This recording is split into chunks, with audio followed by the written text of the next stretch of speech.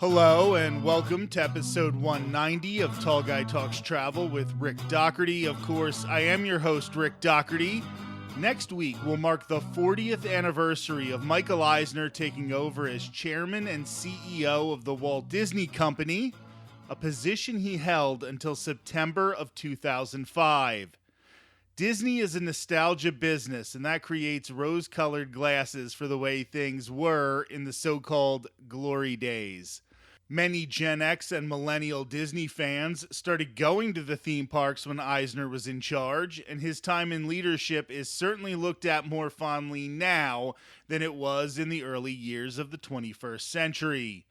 With all of the changes that have taken place in the almost 20 years since he left the company, Eisner has developed almost a cult following of Disney fans.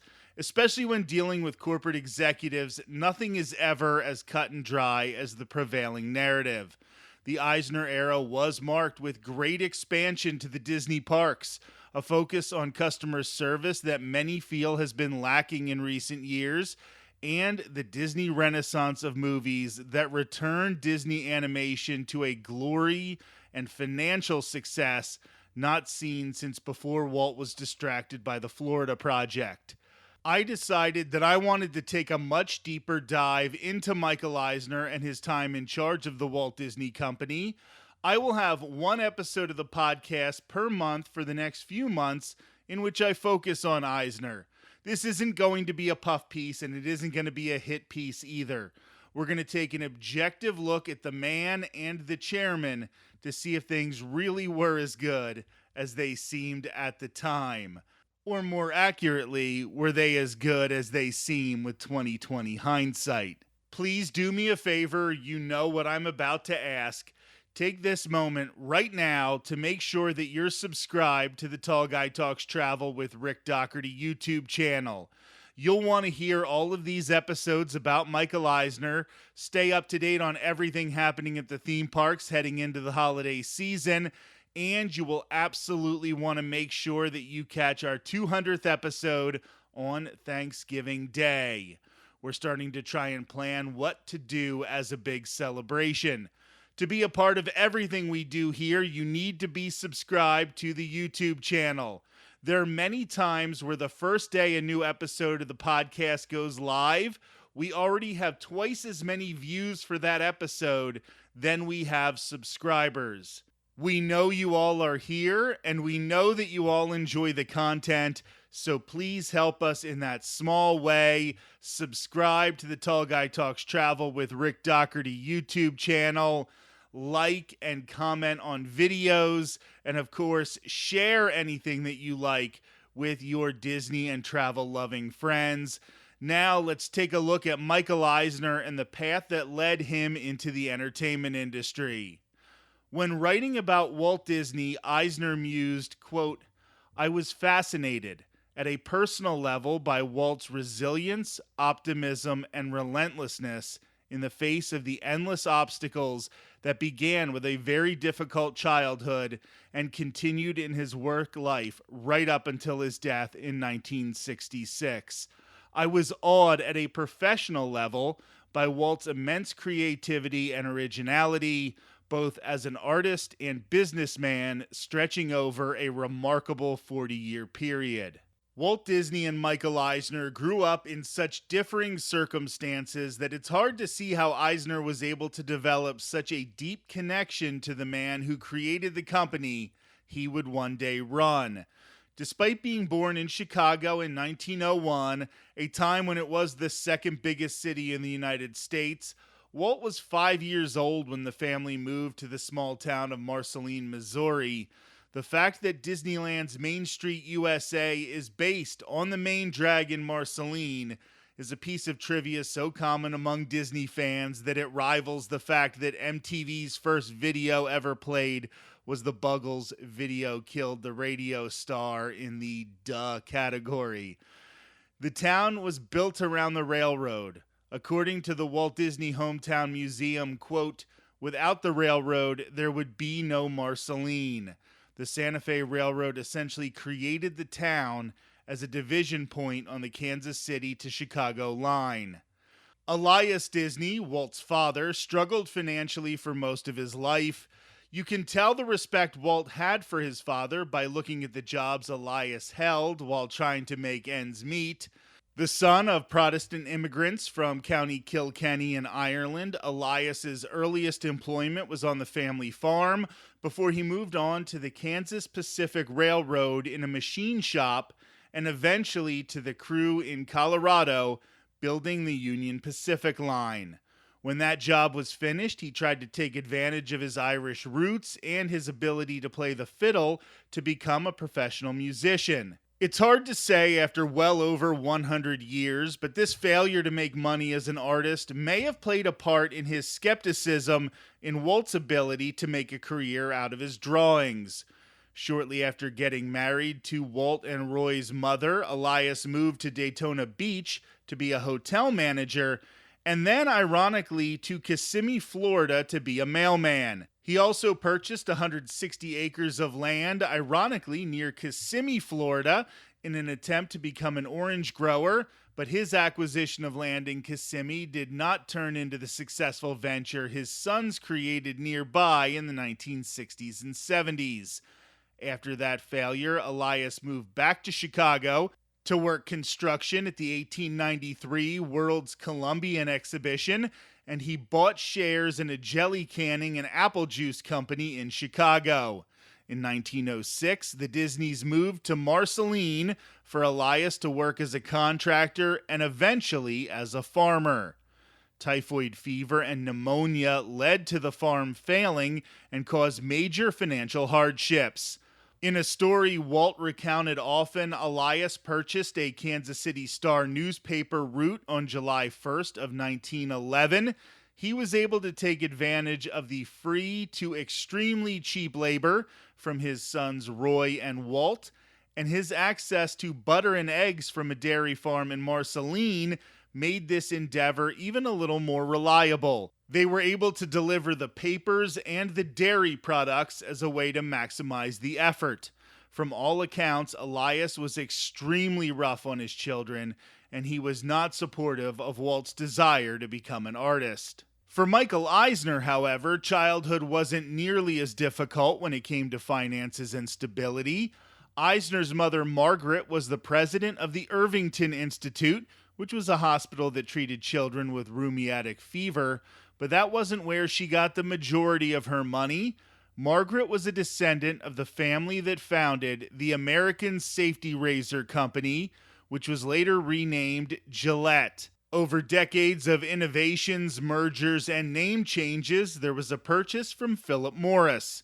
Margaret's father, Michael Eisner's grandfather, was even the second largest individual shareholder in the tobacco giant. His mother grew up in Bedford Hills, New York, and had a staff of 15 servants. Lester Eisner Jr., Michael's father, wasn't struggling in his early life either, a descendant of Sigmund Eisner, who created a clothing company.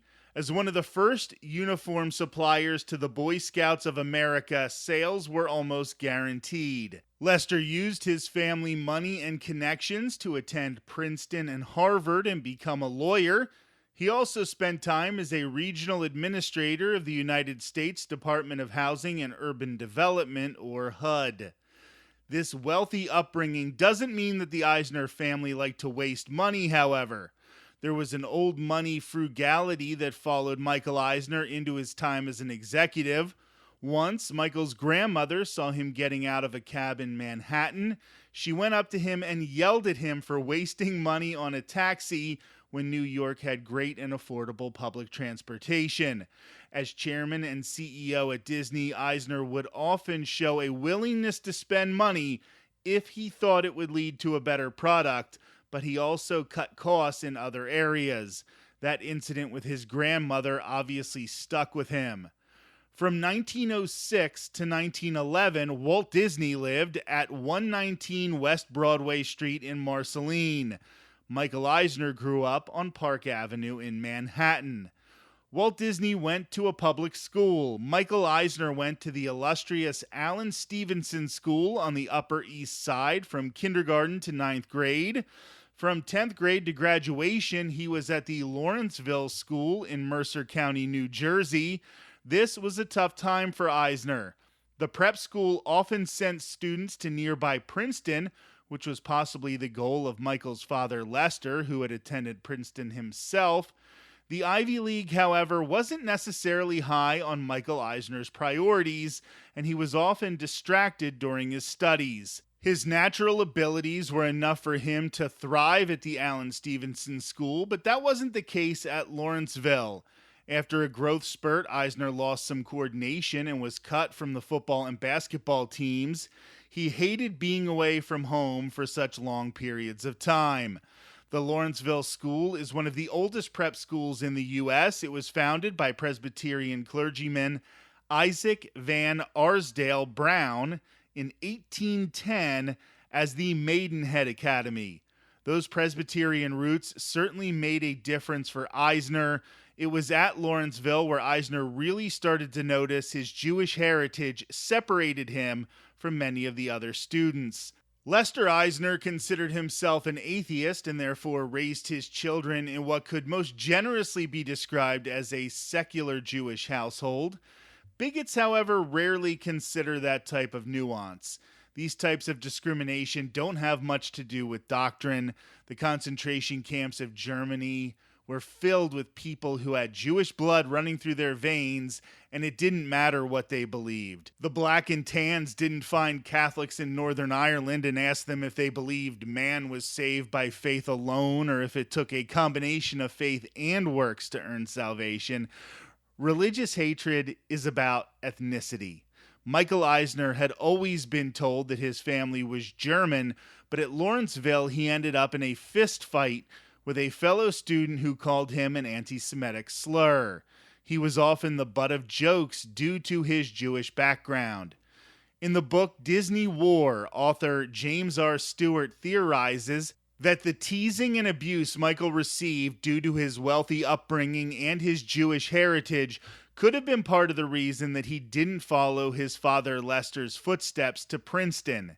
Instead of staying in the Northeast, Eisner applied to and was accepted to Denison University near Columbus, Ohio. Even though many of the fraternities on campus would not accept Jewish members, Eisner was able to not only join Delta Upsilon, but he was elected their president. Most importantly, Eisner felt comfortable at Denison, inspired by Dominic Consolo, his professor in 19th century literature. Michael began to consider the arts a more realistic career path than his initial desire to pursue medicine. His desire to start writing plays extended into all aspects of his academic life. When he was tasked with writing a thesis on President Woodrow Wilson, he did it as a one-act play. Dialogue came particularly easy for him, and his longtime friend, Jonathan Reynolds, described one of his more controversial works at Denison. Quote, "It was about an Irish girl who was expelled from school because she's written a paper about Walt Whitman alleging that he was a revolutionary and gay.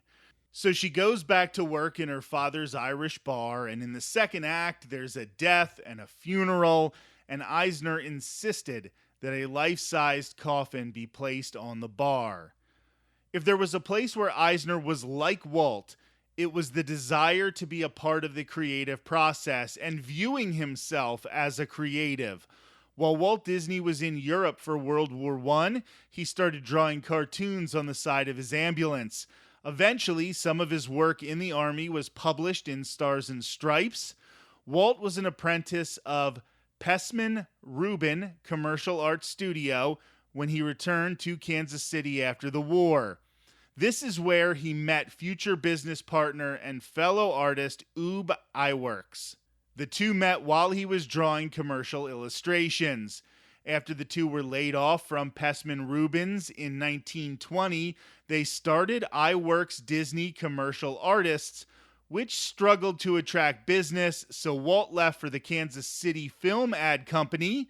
It was there that Walt was taught to use the cutout animation technique. This was the time when Walt really became interested in animation as well, and he started experimenting with cell animation at home. Disney developed the belief that cell animation was superior to cutout animation, but he wasn't able to convince his boss, A.V. Cogger. Along with Fred Harmon, Disney started a new business. They created Newman's Laugh-O-Grams for the Newman Theater. The first 6 were all modernized versions of fairy tales, and Walt used inspiration from Paul Terry's Aesop's Fables. In May of 1921, they established Laugh-O-Gram Studio. They weren't producing enough income, so Disney began production on Alice's Wonderland. Disney cast Virginia Davis in the title role based on Alice's adventures in Wonderland, and the live-action animation hybrid was completed too late to help Laugh-O-Gram with its financial issues. The company went bankrupt in 1923, leading Walt to head to Hollywood. Eisner's rise to prominence was much more meteoric than Disney's. Walt faced a number of failures while trying to make it in animation. Eisner's short terms at NBC and CBS were enough to catch the eye of Barry Diller at ABC.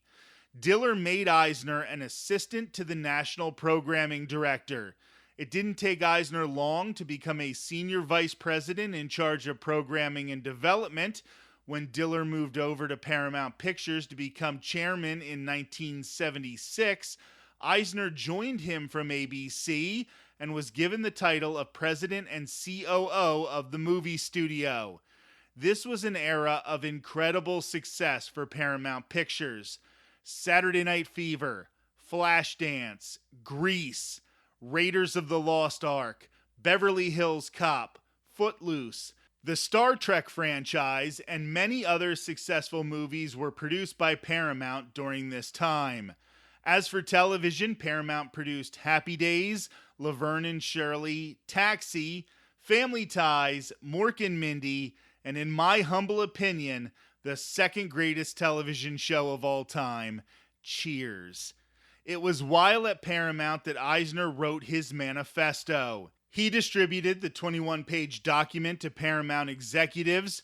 Raiders of the Lost Ark wasn't cheap to make for Paramount.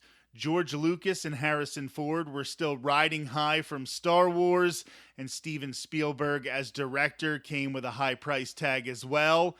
The film made $240 million in box office receipts, and they were able to turn the one movie into its own franchise.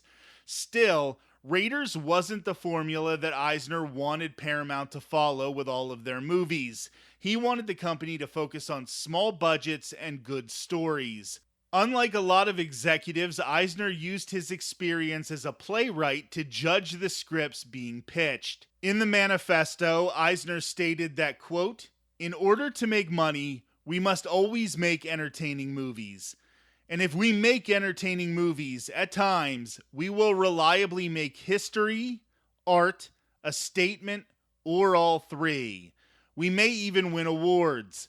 We cannot expect numerous hits, but if every film has an original and imaginative concept, then we can be confident that something will break through." This might have been a little foreshadowing for his job running the Walt Disney Company. You can hear some of the same sentiments in several quotes by Walt. For example, quote, "Whatever you do, do it well. Do it so well that when people see you do it, they will want to come back and see you do it again, and they will want to bring others and show them how well you do what you do."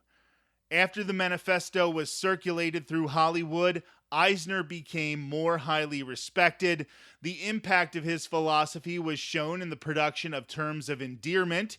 James L. Brooks, who was actually just named an official Disney legend at last month's D23 Expo, was given a $7 million budget for the film. The budget grew to $8 million, but Eisner made Brooks find the extra money on his own. When it won the Best Picture Oscar in 1983 and made over $100 million at the box office, Brooks admitted that the strict budget constraints made the film even better. This was Eisner's singles and doubles strategy. He liked 3-act structures, good characters, and easy to understand themes. Barry Diller and Michael Eisner turned Paramount into such a major economic force that Diller was able to leave to run 20th Century Fox as chairman and CEO in 1984. Naturally, Eisner expected to move up to the top spot at Paramount when Diller left, but he was passed over for the job. This was when he began to look for other opportunities, and he saw the Walt Disney Company in need for a number of different reasons. No matter how many differences there are between Eisner's and Walt's early lives, there is an area of similarity. After losing the rights to Oswald the Lucky Rabbit to Universal, Walt was forced to move in a different direction. That is when he, along with Ub Iwerks, developed Mickey Mouse. It was after facing disappointment that both men, Michael Eisner and Walt Disney, were forced to break out of their comfort zones, and they both subsequently found their greatest business successes from the ruins of those defeats. Next month, we're going to talk about the process that brought Michael Eisner to the Walt Disney Company and introduce you to two of the major players in his early success as chairman and CEO. He certainly did not do it alone. As I have mentioned a few times in this episode, I have gotten a lot of my information about Michael Eisner from the book Disney War by James R. Stewart. I have also been consulting the book Storming the Magic Kingdom, Walt, the Raiders, and the Battle for Disney by John Taylor. I picked up both of these books from the Clearwater Library. It didn't cost me a dime. This is just a reminder that public libraries are incredible. They are some of our biggest successes as a society, in my opinion. Your local library will help you get registered to vote, help you learn a new language, help you find a new author you may have never read otherwise, help you listen to music that you wouldn't have tried if you had to buy the entire album first, and almost everything happening there is free. Take advantage of your local libraries. We have been taking a little nostalgia trip this month. Last week, we had our first episode on the original animated version of The Little Mermaid from 1989, which will be celebrating its 35th anniversary in November. My co-host Sarah Says and I talked about how the movie was both a return to a classic Disney formula that had worked for Snow White, Cinderella, and Sleeping Beauty, and that it was the start of a new style that would go on to be known as the Disney Renaissance. On August 26th, I also discussed Jodi Benson's panel at the Tampa Bay Comic Convention in a YouTube video that you can still find on the Tall Guy Talks Travel with Rick Doherty YouTube channel. Benson, of course, was the voice of Princess Ariel in that original Little Mermaid adaptation. Next Thursday, Sarah Says will be joining me again to continue our conversation about The Little Mermaid.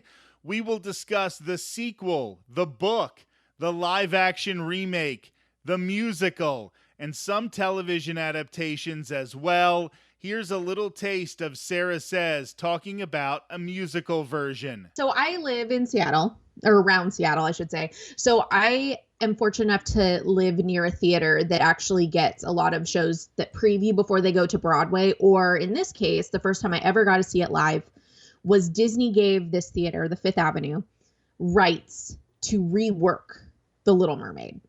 And it was very cool because just a little background on The Little Mermaid musical, which I absolutely adore.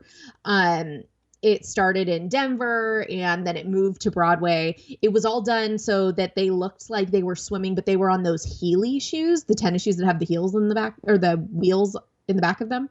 So that's how they floated around the stage. And it had Sierra Bogues. It had, oh my gosh, who all was in this? Sierra Bogues was in it. And Sherry Renee Scott, which if you're familiar with Broadway, you'll know this. Norm Lewis, who's absolutely fantastic, played King Triton. Titus Burgess, which a lot of people I know who that is through things now. Jonathan Freeman, which as many people know, is Jafar. He was in it as Grimsby before moving on to Aladdin on Broadway as Jafar. Which we should do a show on the Aladdin one at some point because that started in Seattle. So good. Anyway, so it had they were all those fun things. And then they reworked it when they came to Seattle. And it was the first time they used an Asian actress as Ariel. And it was a lot of kind of uproar, very quiet theater uproar, of why would you do this? Why would you do this? And that's so weird. That's not my Ariel. Kind of like what happened with Halle Bailey. That is not Ariel. Ariel's white. Ariel's redhead. Things like that. But Diana Huey, who was cast as Ariel, was just absolutely fantastic. And they didn't make Ariel roll across the stage anymore. They actually had them flying to make them look like they were swimming. Very cool. It was, the costumes were amazing, music amazing. A lot of the songs are different. They have, the costume for Ursula is literally one of the most fantastic costumes. It's like you'd imagine if you see Broadway shows, a lot of times they downplay if they're basing it off a movie what a costume was like. But Ursula had the humongous tentacles. She had Flotsam and Jetsam. She had all of these things. So they were very true to the animated movie that everyone knows and loves. And then when Seattle remade it, they did that, but then they tweaked it a little bit. So Flounder's a little older. The sisters, all of that, it's all just slightly different, but you still get the same feeling of the original movie that you love, or if you saw the Broadway version that you love on stage in front of you. More high caliber than what you would see in the Disney park, of course, though the Disney park ones are very high caliber. But it was just fantastic. They actually redid it in Seattle again. They did a very similar production this last season at the same theater, the Fifth Avenue. And my mom and her friend went and saw it. I ended up not being able to go, but most of the cast was very similar, things like that. But I would highly recommend, if it is playing somewhere near you, that you go see it, because seeing just the joy on these kids' faces as well, seeing these characters, is just awesome. So in the episode that we did last week, where we talked about the 1989 animated movie, and we talked about how important Jodie Benson was to bringing that Ariel character to life, and how she really embodied that character and made the movie, in my opinion. And earlier in this episode, I talked about how, like, I just love Daveed Diggs and his version of Thomas Jefferson in Hamilton. Did you find it was hard to accept somebody else as the Little Mermaid when you were seeing it in person, or did she do such a good job that she just kind of made it her own role and you weren't thinking about Jodie Benson? I think the way that when I saw it with Diana Huey, that the way she did it, she was amazing and she was wonderful and she did such a great job that she made Ariel her own. It wasn't her trying to be Jodie Benson. It wasn't her trying to be like, oh, I need to be just like the movie. It was, she gave her own spin to Ariel, and it made it that much better, because I know personally, going to see, like, when you see Disney on Broadway, I mean, the first thing I ever saw was Lion King, and then like Aladdin and things like that, is in your head kind of before. It's like you go and you're like, oh, is it going to be like, oh, is it going to be like this? Especially when a character like Jonathan Freeman goes in to play Jafar, you're like, oh, sweet, I'm seeing the guy from the movie. But then when you get in there and you see these actors take the role and shape it themselves and not try and copy what we're used to seeing, it just makes it a million times better. We're going to have episodes on all of these movies at some point. We'll talk about Aladdin, and then, of course, we'll talk about the stage version of Aladdin. But I think a prime example of what you're saying is the genie in Aladdin, who has totally made that his own. And if you would have told me after I first saw Robin Williams' version of the genie that somebody else would play the genie and I wouldn't be mad about it, I would have thought you were a huge liar. but he really does make it his own. He doesn't try to do a Robin Williams impression because that would just be stupid, first of all. It's Michael James Scott, right? That's who I believe is currently playing him. The original for Broadway was James Monroe Iglehart, but they all are so like they play the genie very similarly, but they all have their own little spin to it. But you said Michael James Scott, who's playing him, I believe. I think he's the one who's currently on Broadway with him. Is so good. So good. Well, he's the one I have seen at the that's right. Disney on Broadway, live on stage at Festival of the Arts. I've seen him perform, and he just blows me away with how he does the genie. And, as somebody who loved Robin Williams, I am amazed that I was able to be sort of converted to the cult of Michael James Scott because he is so good. Oh, yeah. No, he's super good. He actually, too, like speaking of Broadway, he was in like Something Rotten, and he's just so talented. The genie on the live Broadway show is just so good. It's so funny. You can hear that entire conversation about The Little Mermaid next Thursday on Tall Guy Talks Travel with Rick Doherty. Until then, have a great week.